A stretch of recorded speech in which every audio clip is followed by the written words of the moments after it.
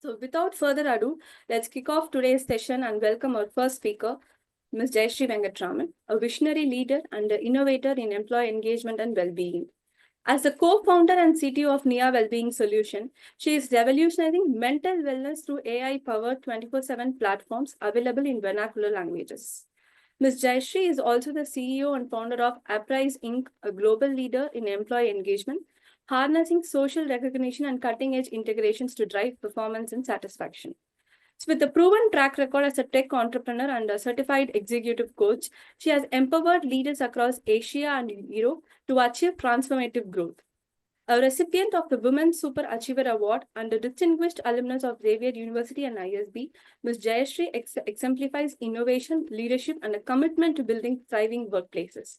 So over to Ms. Jayashree. The virtual floor is yours. Thank you, Priyadashni. It's a pleasure to be here. Good evening, everyone. And since it's a global symposium, surely good morning to some people who are joining from other countries. And it's my pleasure to be here. Thanks, Santosh, and thanks, Priya, for inviting me here. And it's an appropriate topic, right? It's an age we are in where we are connected by technology more than before, but it still feels like we are growing more distant in the workplaces. Technology has transformed how we work, but has it really improved how we feel about work? Because the Gallup poll year after year showing the same for the employee engagement, and actually it went, I think at least for the US, it went to its lowest number in the last decade, the recent one. So it still has not changed, right?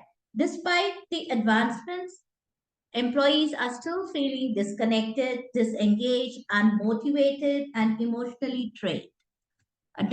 So the key challenge what we are facing is not about integrating technology, but how do we support this meaningful engagement and emotional well-being, right? And let's explore why this is employee engagement and motivation is very crucial in this age where we are connected by technology. Technology is changing so fast. Why is it more crucial than ever before? Let's move on to what does it really matter?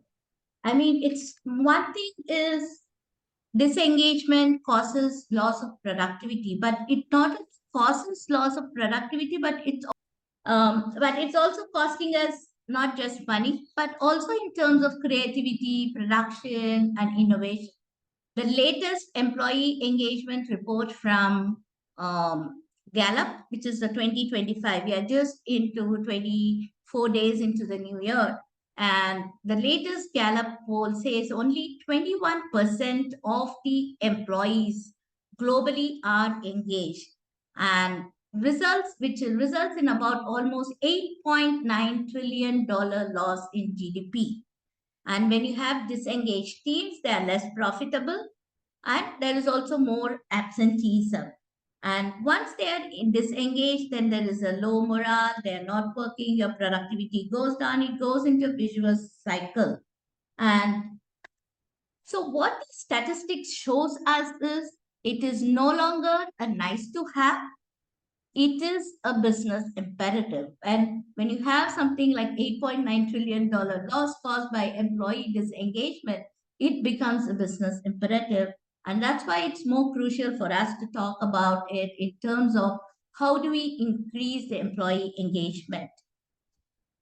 So while the technology has made our lives easier in the digital age, and we are connected by devices all across, but what employees are battling in the workplaces is not just the deadlines. They are battling against digital fatigue, loneliness, and burnout. So this has come with its own set of challenges. The digital devices, when the pandemic came, we moved from in-person work to remote work, and now we are in hybrid mode in some places we are returning back to work. But what is remote work is always there, right? So there is this whole thing of remote work. And what has remote work has caused us is it has somehow merged our personal and professional lives. When we had our in-person work, there used to be a line between our personal and professional work, but now it has merged our personal and professional lives. And that brings in a whole lot of problems, like, you're not able to take uh, your burnout rate is much faster when your lives are merging. And digital fatigue, you're connected by devices all the time, right? Either you're on the mobile or you're on your laptop or your computer, and you have some sort of device. Even if you're not having a mobile, there is a watch which reminds you, which calls you, which gives you messages, which shows you your emails. So you're always on mode, and that creates its own digital fatigue. So how do we and loneliness and burnout, right? Loneliness is another, it's a pandemic. It is actually, it has been classified as a public health crisis as per Gartner's Workforce 2025 Trends report, which has come out, right? Loneliness is a public health crisis. And it is not just a well-being risk anymore. What it says is the companies need to treat this as a business risk. Why? Because when loneliness creeps in, employees are disengaged, and when employees' engagement levels lack, their productivity goes down, their performance suffers. So ultimately, it affects. So organizations, it suggests that the organizations will, in 2025, will have to treat this as a business risk. It's not just a well-being risk. So loneliness, survey after survey, you see, it all calls up that it is the next pandemic which is happening, right? And this is because of this digital age where we are connected by devices, but there is an erosion of human connection, and that causes the loneliness. And the technophobia. Technology is changing day by day. AI has come in so many ways, and for some, change is not easily acceptable. It causes that whole technophobia. For some, they are more into technology, and all that. While we are connected with technology, other big challenge, and this again has come in survey after survey, it shows as one of the top things for HR to focus on is the lack of the real-time recognition and the feedback, right? Because recognition is a glue in terms of where it keeps the employees engaged and connected. And that is missing because of all the technology and the way we are working in our workplaces now. So these are some of the challenges that the digital age has thrown us, and we need to look at how we can take care of that. So for that, we imagine your organization's engagement as a heartbeat, right? What happens when that heartbeat fails? The whole thing crumbles. So whatever employee engagement activities you do, it will crumble. If you think, and without a healthy rhythm, there is no, the productivity, everything goes down, the entire system fails. That's where we have this ECG framework, where we focus on E, which is the emotional needs, which is the foundation. And emotional needs focuses on purpose, awareness, well-being, and emotional resilience. And it is the foundation for leading fulfilling lives at work and also outside work. And it is the foundation for success. So when somebody is not emotionally fit, they cannot perform. When I talk about emotional fitness, it's also about physical and emotional well-being. We always look at well-being as just a physical well-being, but being emotionally well or emotional well-being is what makes you perform, makes you work and everything. Physical part is one part of it. So emotional well-being as the foundation and purpose. When you identify, when you're emotionally fit and when you identify what your work is with a broader purpose, then it motivates you. And once you are aware what is your belief and what is your company's belief, what is your company's vision, and how can you, your self introspection in terms of how you are and how you can navigate the system, rest and recharge. We said loneliness and burnout is another pandemic which has come. Again, sleep Insomnia is again another thing. Because of loneliness and burnout, people are not able to sleep and you're always on. So how do you rest and recharge? So this emotional need is the foundation. Once you're emotionally fit, then you talk about the connection needs. The connection needs is all about building workplace bonds through recognition, communication, and performance and collaboration. So this is the connection need, because you need those connections. You need to build, as we talked about, that erosion of the human connection is one of the challenge. So we need to see how you can build those workplace connections. And employee engagement, this is the place where employee engagement plays a big role in terms of helping building those connections. One is making sure the individual is emotionally fit, and then you build on the connection so you have the teams in place. Once you have the connection needs, then you go to the growth needs. The growth needs is about empowering and developing, and that is about providing opportunities, rewards for achieving business results. And that could be either in small perks, rewards, or in terms of upskilling, learning and development, because as technology and everything changes, upskilling, learning and development is a big part which helps makes the person loyal to the organization, as always also keeps them motivated to do more. Learning, investing in learning and development becomes a big thing.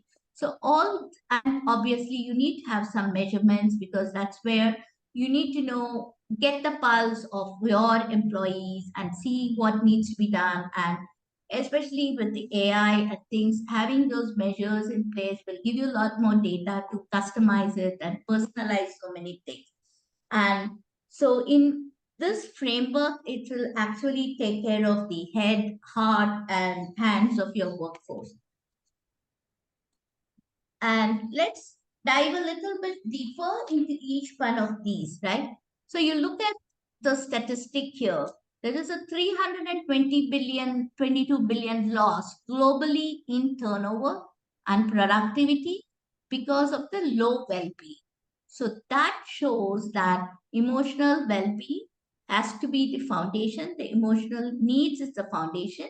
And how can organizations take care of this emotional well-being?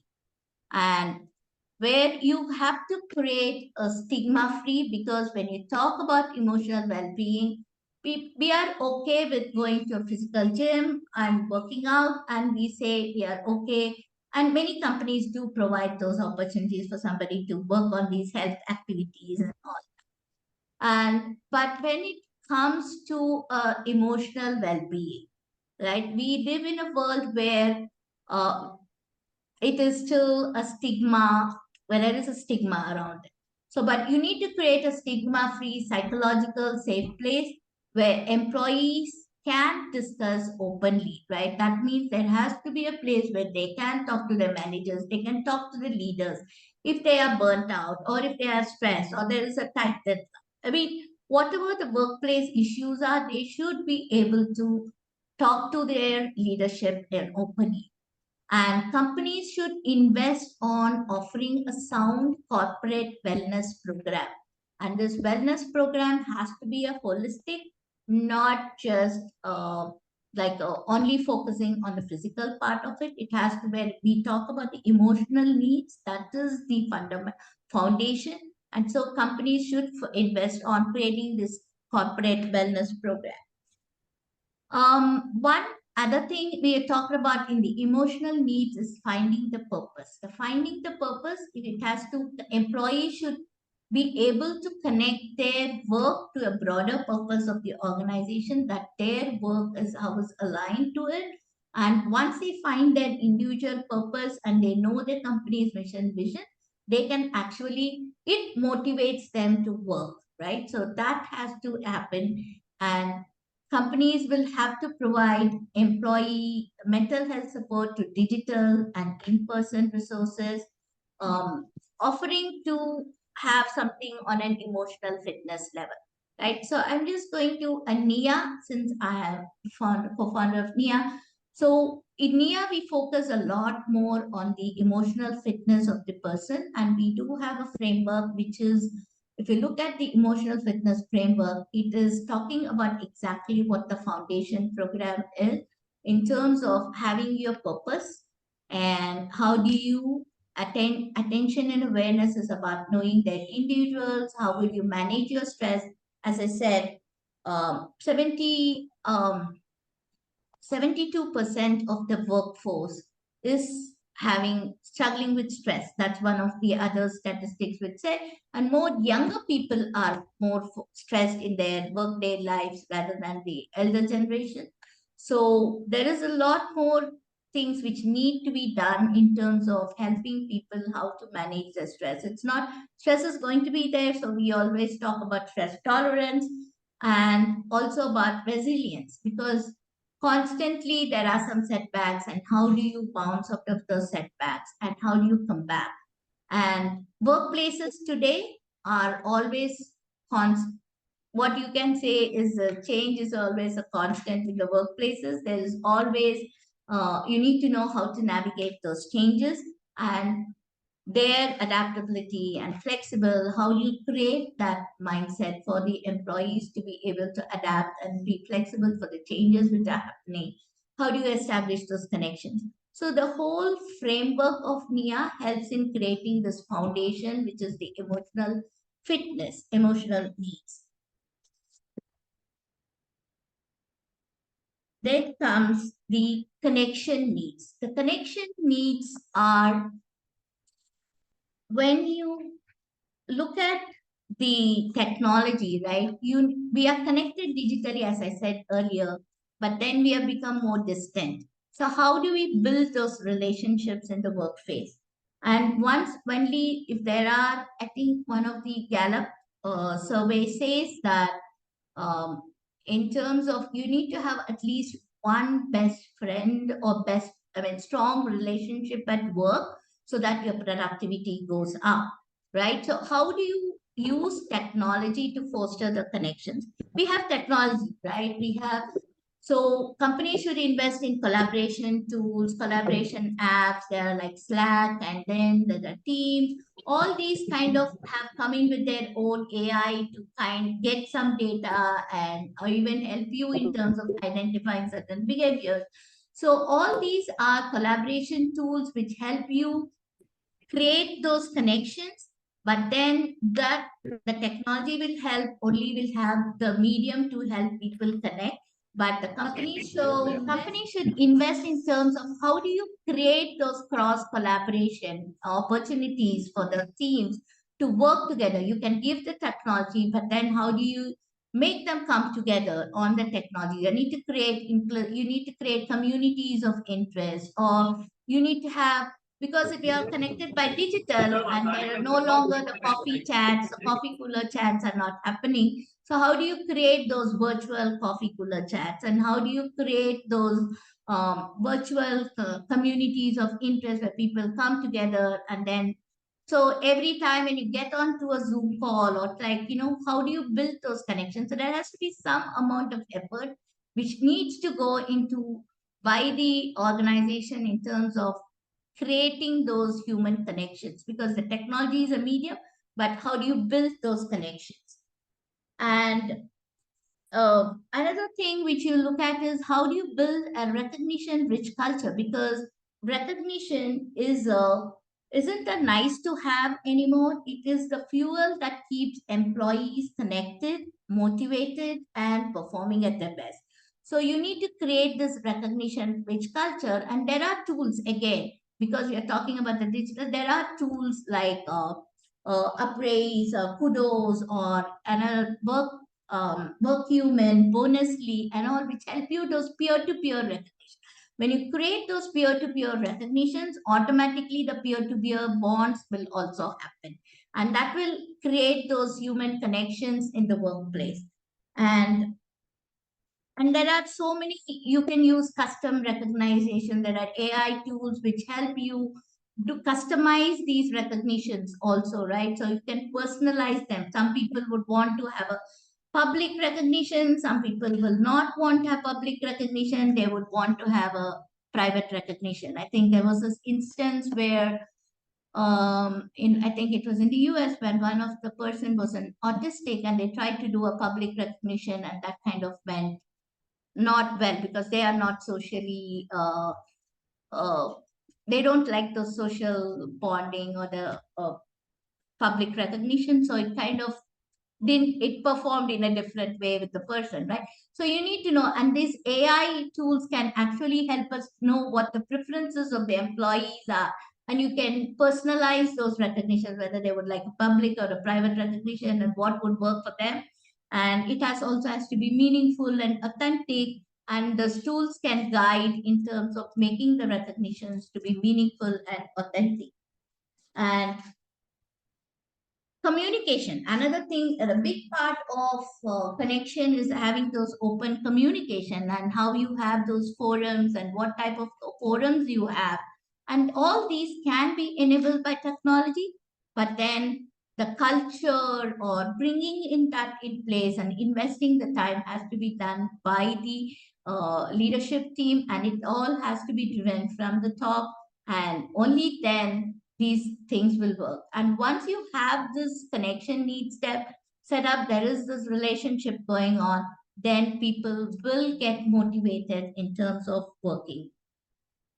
Then comes the growth needs. And here is another interesting statistic, right? When people ask about what will keep you loyal, I mean, people are changing jobs, and of course, the job market is not so great right now, but still, what will keep them longer in a company is when the companies invest in their development. So once you have fulfilled the need of the emotional need, which is the foundation, and then you go to the connection needs, where you have built the relationships, the teams are formed, and then the teams are performing. Then you need to be looking in terms of how do you reward the person for achieving business results. That's where your perks and rewards come in. And in addition to the perks and the rewards, people look for upskilling and learning opportunities. The learning and development investment has to be there, because that is what will keep the employees longer. And see, you look at it in two ways, right? 69% say that they would work harder if their efforts were better recognized through perks and rewards. But more people tend to stay long with the company if there is an investment in the learning and development. And so you need to have both, so that way you can satisfy.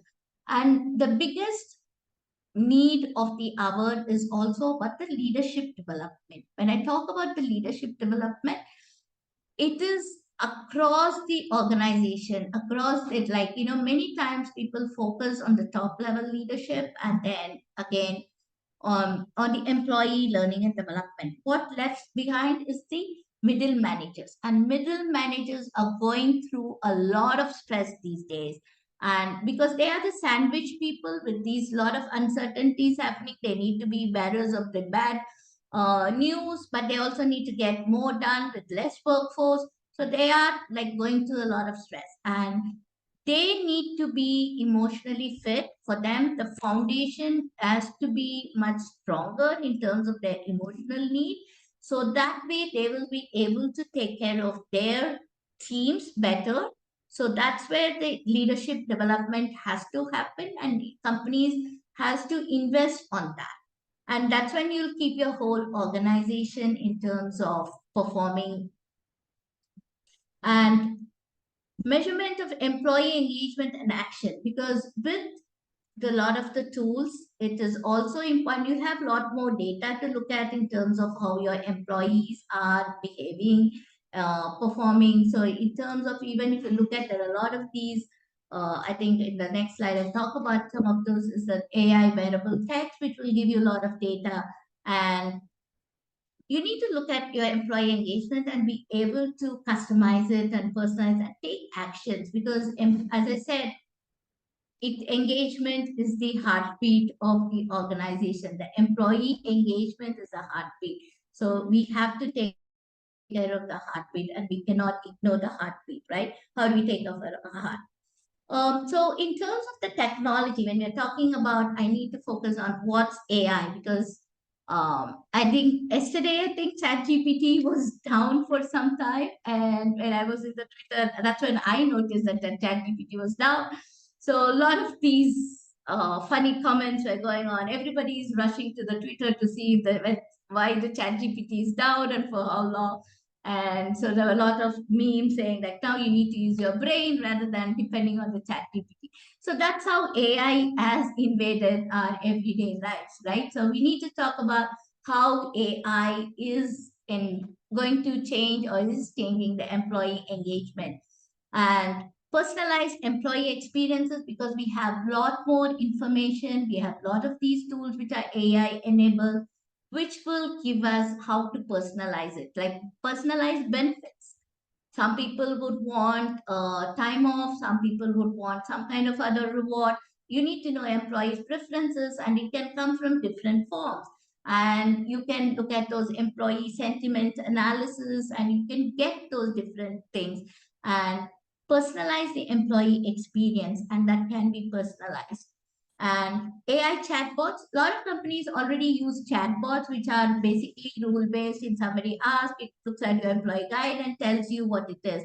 But then you can have AI chatbots, which will even recognize. And I think when all these come together in some form, it will be able to recognize if an employee is in distress or whatever and see how you can support that person. So when an AI chatbot has an emotion recognition, it can look at it and say, how can that I support this employee, right?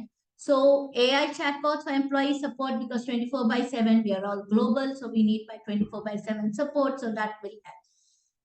Predictive analytics. I mean, with AI and the data, we have predictive analytics for I mean, I talk about performance management. I'm not just talking about performance appraisal. I'm talking about that you should be able to predict whether the team is going to perform better in terms of given all the outputs. It could be different environments, it could be different data coming in from different things. Should be able to predict the attrition. Predictive analytics is going to be a lot more, and I think we have a session on analytics, so I'll let me not delve much into that. So this is all going to change with the AI and emotion recognition. I mean, we at NIA are looking at emotion recognition AI because many times people, when they talk about, they don't know if they are going through some stress or whatever, right? They don't know when to seek help. And that has to come from somebody recognizing from what they speak and how they speak and all. So emotion recognition AI and virtual wellness coaches. We are already at NIA, we have got this thing where everybody comes to our app to do a mental, emotional fitness activity every day. So they're going to be wellness coaches depending on how your other parameters are. So this is where, again, we have a lot of wearable techs which are there, which can tell you whether you're stressed or not and all that. Again, how much of data can come into the workplace and how much remains the private. So it's all about that privacy and the ethical AI part of it where you keep it. And how much you can use it, again, it depends on the consent of the person. So, but AI is going in that direction where you can bring all this together and say how you can provide that, be a coach to that person. Personalized recognition and rewards. We thought that recognition is the glue and rewards is needed to celebrate somebody's contribution to the business results. So how you can personalize these recognition and the rewards through the AI, and a lot more can AI be able to do. And I think almost there in terms of that. So the difficult era for us is not about integrating technology. As I started about technology is there and it is growing faster. But the future of work is not about technology. It's about the people. How will you, with the technology, how will you build those connections? How will you provide the emotional foundation? And how will you provide the motivation and the engagement? It's about the people. And that's where think our ECG framework will help in giving you, provide that framework for talking about the people. And it's As said, we have to focus on the people. It's an employee engagement, and people are the main part of it. So that brings me to the end of my presentation, and I'm open for Q&A. Thank you so much, ma'am, for sharing such valuable insights on employee engagement. Now we would like to hear from our audience. If you have any questions to Ms. Jayashree, please type them into the chat and we will address them as many as possible. Okay, ma'am, the first question for you is, the digital age has transformed the workplace significantly. Like, how has this evolution impacted employee engagement and motivation, and what unique challenges does it present for organizations? So that was one of the slides which I talked about, right? So it has brought its own challenges where in terms of the whole, we are connected digitally, but we have lost the human connection and the digital fatigue, which we has come in because we are always on mode 24/7. We are expected to uh, it again depends on the company culture. Culture also plays a very important role as we are talking about employee engagement because some companies do have these set rules of like, your emails are between these hours only. You will see that message coming. It's good to send a message at this time rather than at 24/7. But because we are connected digitally 24/7, we are always with some device, there is this urge to respond. And that fatigue sets in. It creates loneliness because we are connected only by devices and we are again in our own world.